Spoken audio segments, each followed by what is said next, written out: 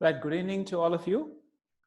It's been, I think, quite a long while since we had the opportunity to interact. I think we had the Southwest case discussed in July of this year. So the MOOC team, which is handling this particular course, we've been looking at some of your responses as far as the discussion questions is concerned. So I must mention that Ms. Neetu has been of a great help as far as looking at these particular discussion questions. One of the things which I thought we would be able to structure it today evening in terms of the 1 hour slot that we have is I thought we could review industry analysis, because when Ms. Neetu and me were having a look at some of the responses to the discussion questions, I think that seemed to be the one area in which we need to engage a little bit more in terms of your understanding as far as industry analysis is concerned and the purpose behind it. So what I thought would be that would be useful would be that we could go through the basics as far as industry analysis is concerned, and more specifically into the areas where I thought there could be scope for improvement as far as your understanding based on the responses as far as the discussion forum questions are concerned. Also, industry analysis is an important component as far as your project is concerned. So that's something which is also important when you complete the project. So for both of those particular purposes, I thought this would be useful time to spend on that. I have received 2 questions from one of the participants. I was thinking of getting into those 2 questions post my initial couple of minutes on looking at industry analysis.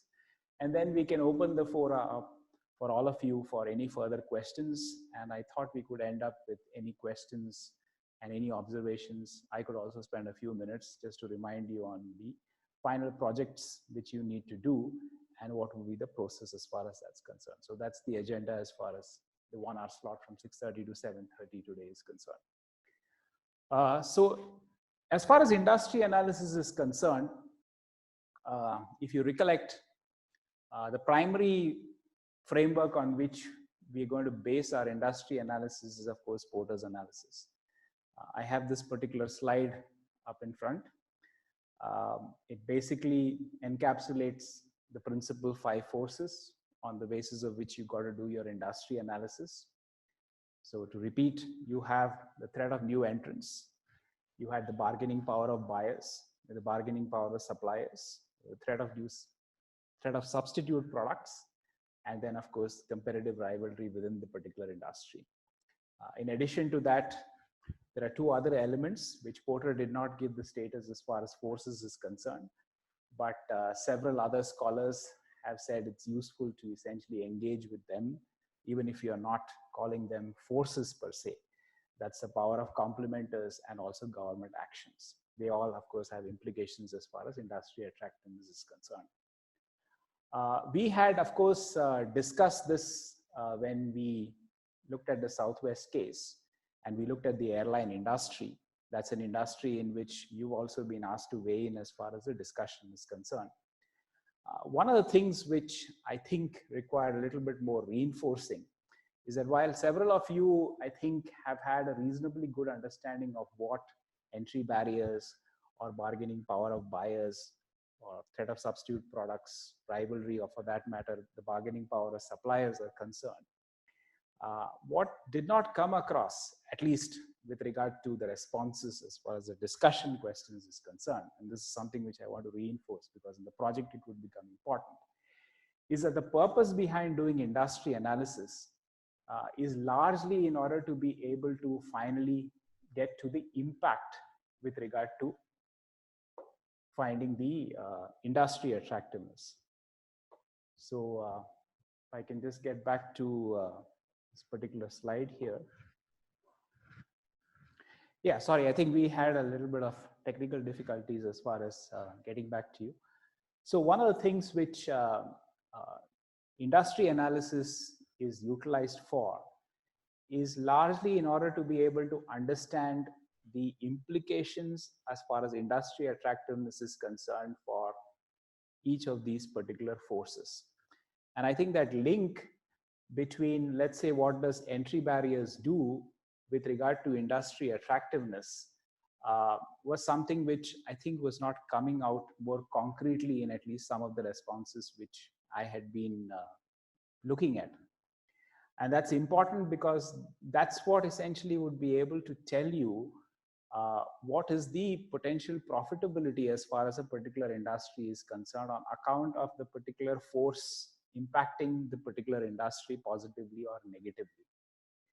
So for instance, if one were to take entry barriers, as far as entry barriers is concerned, there are a whole host of other elements which can dictate why, for instance, industry attractiveness can be positively or negatively impacted as far as entry barriers is concerned. An obvious thing as far as entry barriers is to look at capital investments. If you look at capital investments, a high level of investments in entering that particular business would deter a lot of players. And that would limit the number of folks who would be in that particular industry. And consequently, that high particular barrier, by limiting the number of folks in the particular industry, would have positive implications as far as industry attractiveness is concerned. There are scale-related economy implications as far as entry barriers is concerned. Also, substantive scale economies have implications as far as entry barriers is concerned. And that, in turn, has implications as far as industry attractiveness is concerned. So there are several elements, and I think if you take a look at the slides which accompany this particular module, you would see a whole host of different elements underneath entry barriers, underneath bargaining power of buyers, underneath the bargaining power of suppliers, underneath the threat of substitute products, underneath rivalry. And the idea basically is to be able to chisel or distill how each of these tend to have implications as far as industry attractiveness is concerned. Just to illustrate this, we can move on to the next slide. Yeah, and if you can just indicate, yeah, some of these particular elements which are coming through. So as I was mentioning, just to give you an example, high switching costs. If the switching costs are substantial, then that basically would deter people from entering this particular industry easily because of the difficulty associated with being shifting from the existing service or product provider to another service or product provider who is potentially planning to enter this particular industry. And that difficulty, because of higher switching costs essentially coming in, would create implications for people who would come into this particular industry, and that can have implications as far as industry attractiveness and finally profitability is concerned. The level of expected retaliation also creates implications with regard to the history of what has been happening as far as the industry is concerned. So if it's a particular industry in which anybody who tries to enter this particular industry is deterred very firmly, then there are implications with regard to anybody trying to come to this particular industry in the future because the past track record as far as this particular retaliation is concerned. Similarly, differentiation is another element which creates implications as far as entry barriers is concerned. So the bottom line of what I wanted to emphasize is that as you consider any particular industry for your project, or for that matter, when you were responding as far as the discussion forum questions is concerned, I think several of you explained why in that particular industry, the entry barriers tend to be high. But what still needs to be distilled out is, are there scale economies in that particular industry? Is there a high level of product differentiation in that particular industry? Are there significant capital requirements? Are the switching costs substantial? Is there a great difficulty as far as accessing distribution channels are concerned? Are there absolute advantage in terms of either IPR? Is there a high level of expected retaliation? All of these, or high level of government protection, all of these have implications as far as industry attractiveness is concerned. Let's take supplier power as one more example, for instance. If you take supplier power, again, if you would recollect our discussions as far as Southwest is concerned, if I can just take the last two elements out here, the high threat of forward integration by the supplier and the low threat of backward integration by the buyer. If we can have the previous slide, please. Yeah. In this case, if you remember, as far as Southwest is concerned, Southwest was procuring those particular aircraft from Boeing. Now, obviously, there is, as far as high threat of forward integration by the supplier is concerned, any any aircraft manufacturer like Boeing or Airbus can potentially enter into the airline services business. Obviously, they may not want to do it because of, as you know from the Southwest case, the average levels of profitability typically as far as the airline business is concerned is not hugely attractive. But there aren't significant technological challenges or other deterrents. There could be some regulatory barriers with regard to being able to enter into the airline business. But on the other hand, it's almost very unlikely, practically close to zero in terms of a probability of a Southwest or any other airline provider, for instance, entering into the industry which is manufacturing these particular aircrafts. The asymmetry which exists between the fact that the supplier can relatively easily, if they prefer to, enter this particular industry, but you have difficulties as a buyer to enter the supplier industry, that particular asymmetry strengthens basically the bargaining power as far as the supplier is concerned. Combination of all of these aspects, whether it's the concentration as far as the supplier industry is concerned, whether it is the substitutes which exist as far as the supplier products, are there many or few substitutes, all of these have implications with regard to how much power essentially the supplier is able to exert as far as the focal industry is concerned, with then having implications with regard to industry attractiveness and profitability. So what I want to reinforce again is that apart from describing who the buyers are, who the suppliers are, who the entrants are, who the substitutes are, one needs to be able to create this so-called causal link based on these particular elements, on how these are positively or negatively influencing a particular industry's attractiveness and what implication that is likely to have as far as profitability is concerned. And I think that's the heart of doing successful and meaningful and useful industry analysis, because it tells you what are the forces and the implications and what each sub-force is basically having as far as the industry attractiveness potential is concerned. And consequently, then there can be implications with regard to trying to change any of these particular forces in the business model which one is trying to adopt or trying to essentially go with. For instance, in the Southwest Airlines case, if you still recollect some of the details, I know it's been a long while, Southwest, because of its particular turnaround strategy, was essentially able to elevate entry barriers. It was to some extent able to neutralize supplier power. It was in some position able to essentially neutralize the buyer power associated with it, rather than the substitute essentially threatening. Ground transportation was the substitute there, rather than the substitute essentially threatening the focal player, which is Southwest, and the particular business which it was in, that is the low-cost carrier segment. It was actually threatening the substitutes.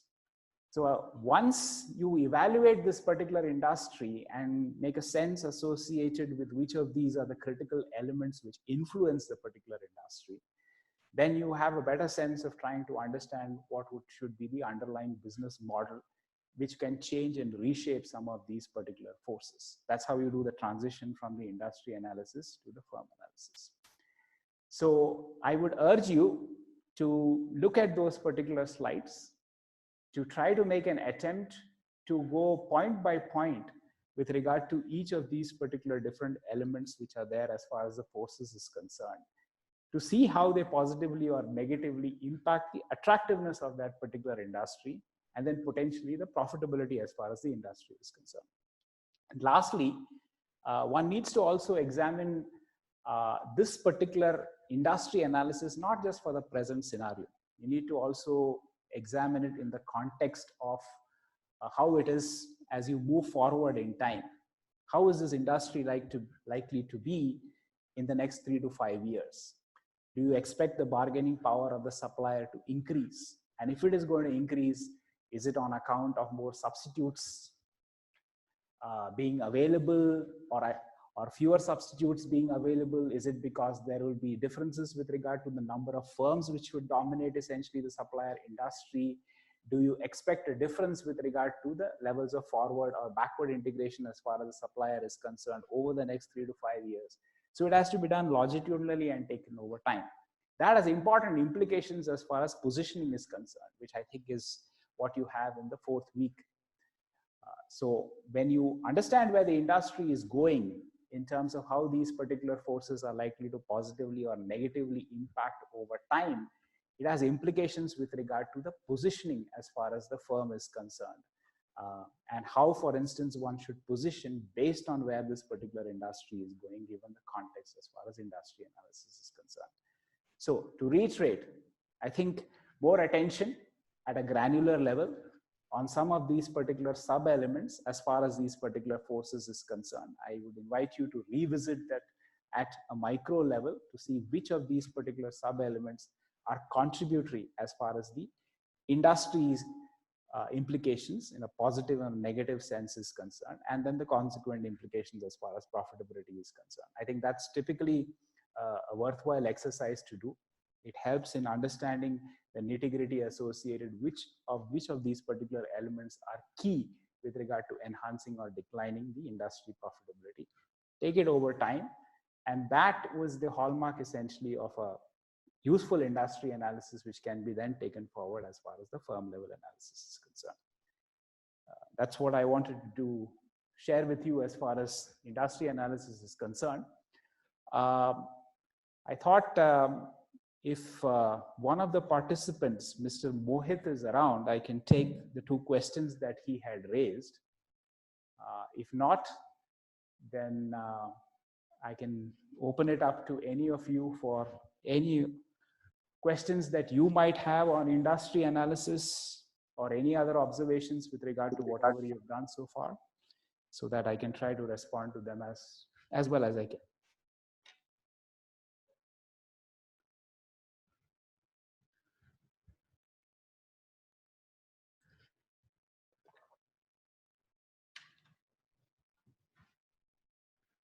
So I don't think, I see 28 participants, and I find it difficult to believe that nobody has a question.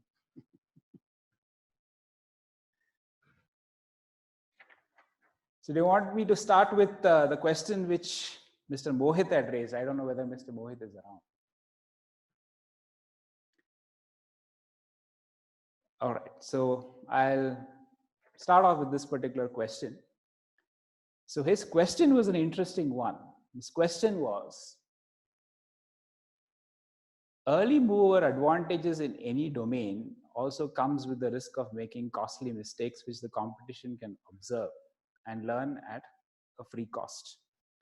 There are chances that competitors or competition from such learning being a better product, making them ahead in the competition. So how can we prevent this for early movers with the help of competitive strategy if such learning is non-proprietary? Or my understanding, if I can simplify this particular question a little bit, is that there are always first movers in any industry. Southwest, for instance, was a first mover as far as the low-cost carrier business is concerned. So Mohit's very pertinent question is that how long-lasting can these particular advantages be? And isn't it a fact that people can simply copy what the first mover has done? You can then decide to avoid or sidestep some of the mistakes which they have done. And if it's not patented, then how can essentially the first mover create a competitive advantage and sustain those particular advantages? So as I said, that's a very pertinent question. That's an issue which keeps happening as far as organizations is concerned, and they definitely have to grapple with it. If you don't mind, I'll use the same example of the Southwest case, which we had discussed fairly extensively during the 3 sessions when you were here in July. So if we look at Southwest, again, Southwest has not patented anything to the best of my knowledge. In fact, it used to it used to rather run a relatively open house. In fact, in the initial years, if you remember from the case, it used to invite people from all walks of life to essentially come over and see what it was doing. So there was nothing which was essentially copyrighted, nothing which is essentially subject to patents and so on and so forth, as far as its business model is concerned, to the best of my understanding. So what's it that prevented anybody from copying what Southwest essentially was doing? The simple reason on why Southwest to a great extent was also successful was what we had discussed in the case. I mean, you had a lot of those particular full service carriers who after a point of time were easily able to see what Southwest was doing. In fact, in the initial years, they dismissed Southwest to be a niche player, someone who would not be in a position to be able to threaten them. And the move from essentially hub and spoke to point was something which they thought was not going to be sustainable, given the belief at that point of time that point to point is a fundamentally more expensive way of running that particular business. But if you recollect our discussions at that point of time, the reason why Southwest was able to steal a march eventually over some of those particular large legacy carriers was because the legacy carriers had tremendous adjustments to be able to carry out in order to be able to replicate exactly what Southwest had done. Of course, for the first couple of years, they dismissed it as a niche player, someone whose strategies will not stand the test of time. But progressively, when Southwest started to become successful, then they decided to emulate it. They emulated it by starting their own low-cost operations. Now, unfortunately, for those legacy players, outwitting Southwest at its own game means that you have to be able to do several things which Southwest does with that level of commitment, precision, dedication, which Southwest was able to do. That means going away from its particular hub and spoke approach. In many cases, they took parts of Southwest strategy, which was easy to implement, and left out a lot of the elements which in totality made a difference as far as Southwest is concerned. To give you an example,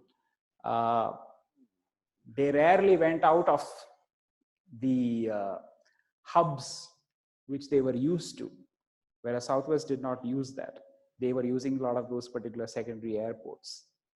They decided to continue with some of those particular operations simply because the trade-offs associated with giving up on a lot of the other things which they were doing. Remember, they were not just low-cost carriers. They were also full-service carriers who had a whole host of other engagements as far as their activities is concerned. Some of them would fly international. For them, hubs made a sense. So as a consequence, the trade-offs were simply enormous for them to be able to give up a lot of what they were doing. And some of the lack of being able to give up on those particular trade-offs, or the difficulties of being able to give up on those particular trade-offs, were what contributed to Southwest's continuing success.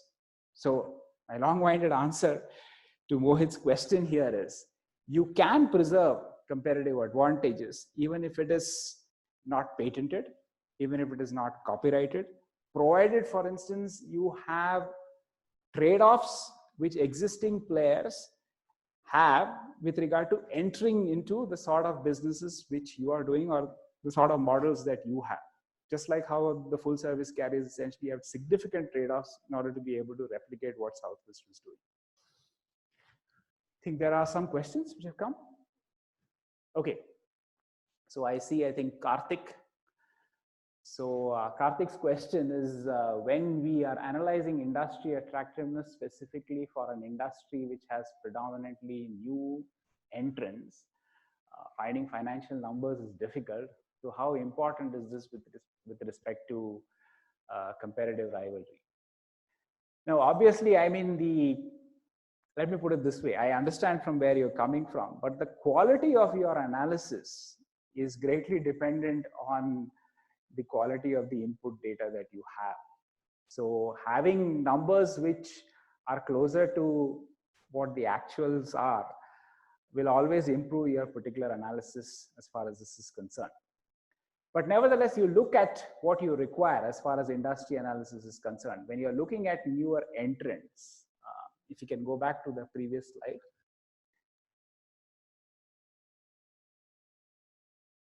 What are we looking at? So if you look at the new entrants, you're basically looking at scale economies as one of the aspects. You're looking at product differentiation. So if you deeply study the particular industry, then my assessment would be that you would get a sense of what are the critical scale economies which might exist. You may not have the numbers for a specific player per se, but you would essentially know what it takes in order to be able to be successful in this particular industry as far as scale is concerned.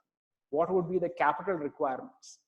And what is the nature of the differentiation which would work as far as this particular industry is concerned?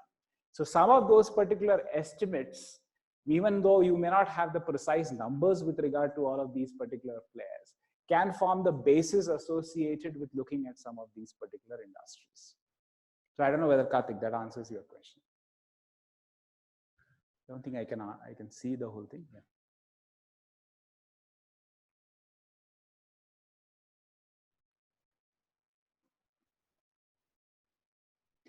Just 1 second. I think Karthik had also talked about competitive rivalry in addition to entry barriers. So when you're looking at rivalry, again, there are a whole host of other elements which are indicated in those particular slides. I mean, if you can just go further down those particular slides, you'll see rivalry also. I just further down, please. It's one of the, yeah, I think it'll be 3 or 4 slides after this. Yeah, next one, please. And next one, even after threat of substitutes. Yeah, so if you look at rivalry here, see, you got to look at some of these particular aspects, which is there actually in the handouts which you have. So you have to look at, for instance, the number of competitors. You got to look at the growth of the industry. Some of these would be available. And even if they are not available for the specific players at hand, using some of these particular attributes, you can essentially get into some of those particular dimensions as far as rivalry is concerned. Okay. Yeah, any further questions? I think Karthik said he seems to be okay as far as the response is concerned.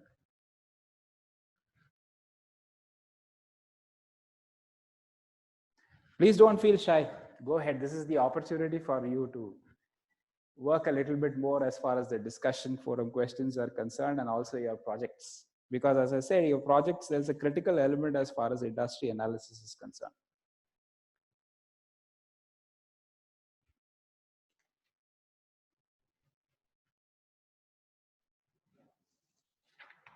So Mohit had one more question. If I'm not receiving a question, then let me go to the second question which Mohit had raised.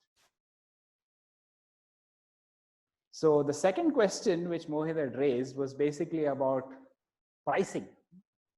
So he was saying about, is there any strategy to prevent a strong pricing war in sectors which are dominated by 2 main players?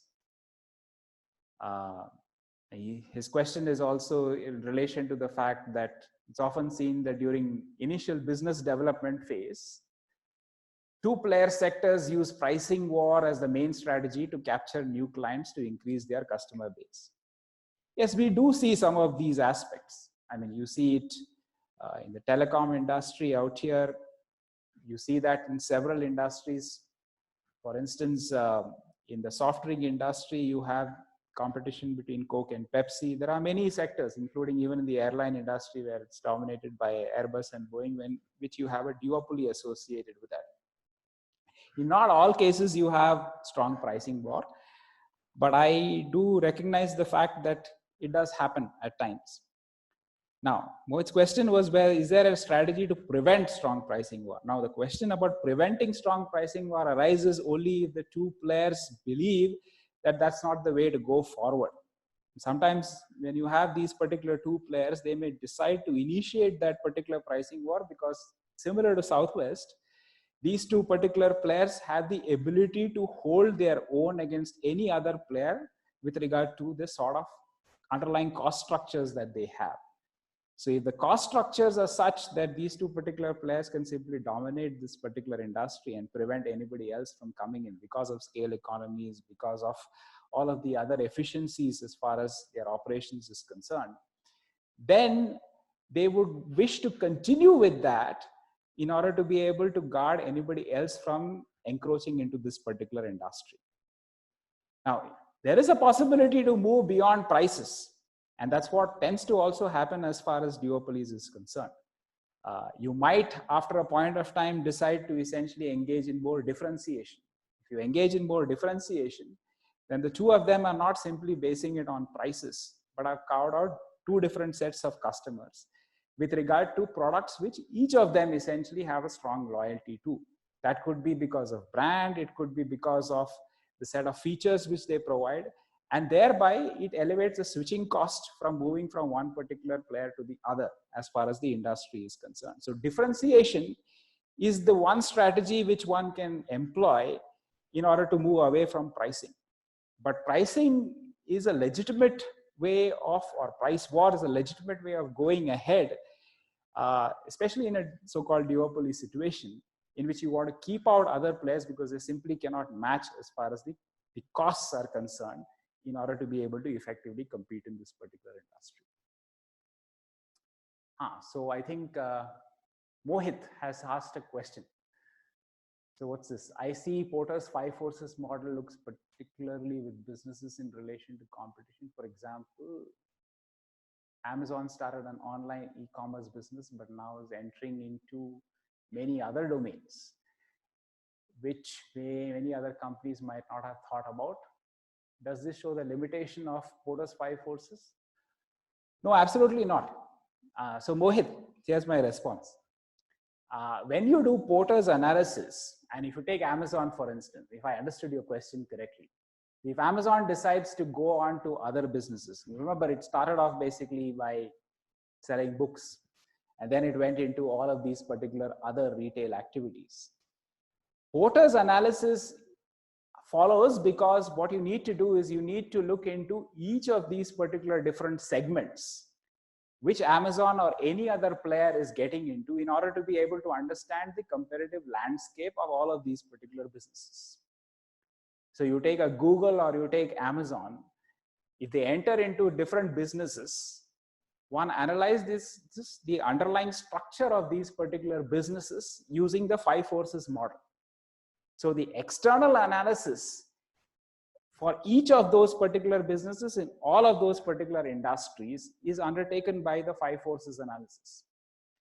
After you do that particular analysis, that is when you essentially get to the firm level analysis, which is what the internal analysis is about. And all of you have been answering some of those questions with regard to what we had posed in the discussion forum with regard to the VRIN or the VRIO analysis, looking basically at the core competencies. So the starting point for any organization, including Amazon, if they were to diversify into different businesses, is to analyze the industry which they seek to enter into as far as diversification is concerned into new businesses, using the 5 forces, and then subsequently looking at what competencies they can transfer. And what they should be able to transfer are the ones which will be valuable in these particular new businesses. How do you evaluate whether they are valuable? That's when you use the VRIO or the VRIN framework. You assess whether the core competence on which they are basing their particular advantage, not just in the industry which they started off with, but in the other industries, on whether their core competencies are valuable, are rare, inimitable, non-substitutable. Those are the elements which we will be looking. In fact, when you come back in January, the case which I will be discussing with you, that will be center stage. So just like we use Southwest in order to be able to analyze the airline industry, look at how Southwest was able to reshape some of the forces in the industry and build a competitive advantage using its superior turnaround model. The case which we will be discussing when you are coming in January will be largely focused on internal resources and capabilities. So we will actually use the case in order to be able to understand a particular resource. How do you evaluate using the tests associated with VRIN? to see how difficult it is to copy this particular resource, how difficult it is to substitute this particular resource. And then we will see about the transferability of this particular resource. If a resource is difficult to copy, difficult to substitute, then it gives you a competence which gives you a sustainable competitive advantage in the particular industry which it currently is in, and in any potential industry which it likes to go into. It should be able to transfer that particular competence. But Mohit, the starting point as far as any analysis is concerned into any new business for any organization is industry analysis. Porter's 5 forces is one framework to be able to do that. So it's not a limitation as far as Porter's 5 forces is concerned. You have to just repeat that particular analysis across multiple industries as the starting point before getting into the internal analysis. So I don't know whether that's the question which you had. Okay, so Mohit has responded. Any further questions? You should have questions. That's the only way essentially learning. As I keep mentioning in the class, no questions means usually trouble. Because at one end of the spectrum, it means everything is crystal clear. In strategy, that is rarely the case. I am also not crystal clear on everything. So please open up. Let me also tell you why it's important to ask questions. You have a project which is coming up, right? And in that particular project, this is exactly what you would be expected to do. You would have to do a full-fledged industry analysis in the industry which you choose. You have to take that particular industry analysis forward over the foreseeable future. You have to see to what extent that can be reshaped. And then you basically have to do an internal analysis as far as the firm is concerned. So my understanding is that you are in week 4. So the first week was about the basic elements as far as strategy is concerned. And then you went into the nitty-gritty as far as industry analysis is concerned, which is why I spend a little bit of time here. Internal analysis, of course, I will spend time during the case. But since you have to choose the industry, you have to choose the company, get back to me about any doubts that you might have, whether it's on data. By the way, that reminds me of one other thing. One of the things which I think Neetu also pointed out to me in one of the industry analysis when we were looking at some of the things which you had responded to was about the definition of a particular industry. That's important. If you define an industry very broadly, that's quite problematic. You need to be able to have an appropriate size as far as the industry breadth is concerned. To give an example, if you look at what we discussed as far as Southwest is concerned, we had analyzed the airline industry, but if you define the industry to be transportation, that's problematic. It's problematic simply because the forces or the structural forces which might exist as far as rail transportation is concerned, as far as road transportation is concerned, could be very different from what exists as far as airline transportation is concerned. So you need to be able to define the industry boundaries very clearly. And there is a right size associated with that. Too broad means that you put in too many variables, which would result in a situation in which the industry analysis would not be spot on. You can't have it too narrow too. If you have it too narrow, then you would have constraints with regard to data or number of players essentially, which would constitute a particular industry. The sweet spot here is basically to understand that you have defined your industry broad enough at the level at which you have data, and B, at the level at which when you, if you were to look at a particular industry at that boundary level and then take another industry, which is adjacent to this particular industry, then is there a significant change as far as the forces is concerned? Or in other words, if you take transportation, airline, road, rail, all of these, you would potentially expect some differences as far as the forces are concerned. And when you see these particular differences in the forces, that's essentially also the industry boundary. It takes a little bit of iteration, but again, my reason for emphasizing this is be careful with regard to industry boundaries. I mean, sometimes you have projects, which I know from students, which come over, not necessarily with all of you, in which they talk about FMCG, or they talk about things which are really broad. And that is not the level at which you should realistically apply industry analysis. You need to get it down to a level in which the context in which you can apply this particular analysis is reasonable. And the moment you essentially look at certain other segments in that particular broader industry and you identify some of these particular force related changes which are happening, that's when you should look at these as separate industries. So pay some attention as far as industry boundaries is concerned. Okay, any questions? Further, no other questions. So then my only other remaining agenda for today was to emphasize the fact that please do not be shy as far as responding to the discussion questions is concerned. We do take a look at it.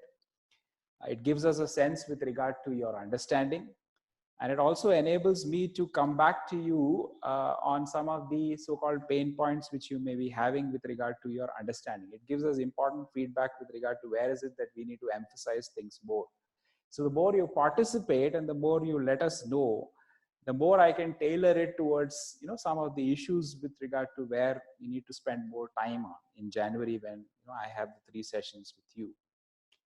So please do participate as far as the discussion forum questions is concerned. And strategy is very experiential in the sense that it's learning by doing. So you pick up the projects, and that is when the proof of the pudding is. I mean, you answer the quizzes, you go through the slides, you participate in discussion forums. All of those are useful. But if you really were to look at getting something out of this, you have to do the project well. Because if you choose a particular industry, you follow the principles which we've been talking about, and you do it diligently, then that gives you skills which will remain with you in terms of being able to understand the industry as well as the firm. So give it your all in terms of, I'm not looking at precision with regard to the figures which you have. You just need to be directionally. I can understand that you have constraints with regard to getting accurate data, but it's the learning which is important. You should be able to apply these well. And if you apply these well, then it stays with you, and it would be a very useful skill in order to be able to understand a lot of what's happening as far as the real world is concerned. So once again, I just want to emphasize that that's something which you need to pay attention to. And do let us know if there are any other inputs which you would like, because that will enable me to devote some of the time when you're coming in January and we are all physically present to be able to tailor it accordingly. As it stands now, what I intend to do is to utilize that more for the purposes of internal analysis, more for the purposes of distilling what's called as the resource-based view of the firm, understanding competencies, how these particular competencies can be transferred. Whereas the Southwest was more in order to be able to illustrate the external aspects. You also remember 9/11 and the shock associated with that, how Southwest has to deal with some of those particular issues. It was to be able to build the skills for industry analysis. How do you reshape it? And how do you build a comparative model accordingly? We will take the second part of it in terms of internal analysis with that particular case. Right, so if you can just scroll up and down to see whether there are any questions which I had missed. So I think I took Mohit's question. There was Karthik. I don't know whether any of them have a follow-up question. Prior to that, I don't think there were any other questions. Okay. So if there are no further questions, then I am assuming that your learning is going well. I will base it on that fact and look at your discussion questions as you, or rather your discussion question responses. As we move forward, I will look at the project, and I look forward to seeing you in January. So thank you very much. Shall we close?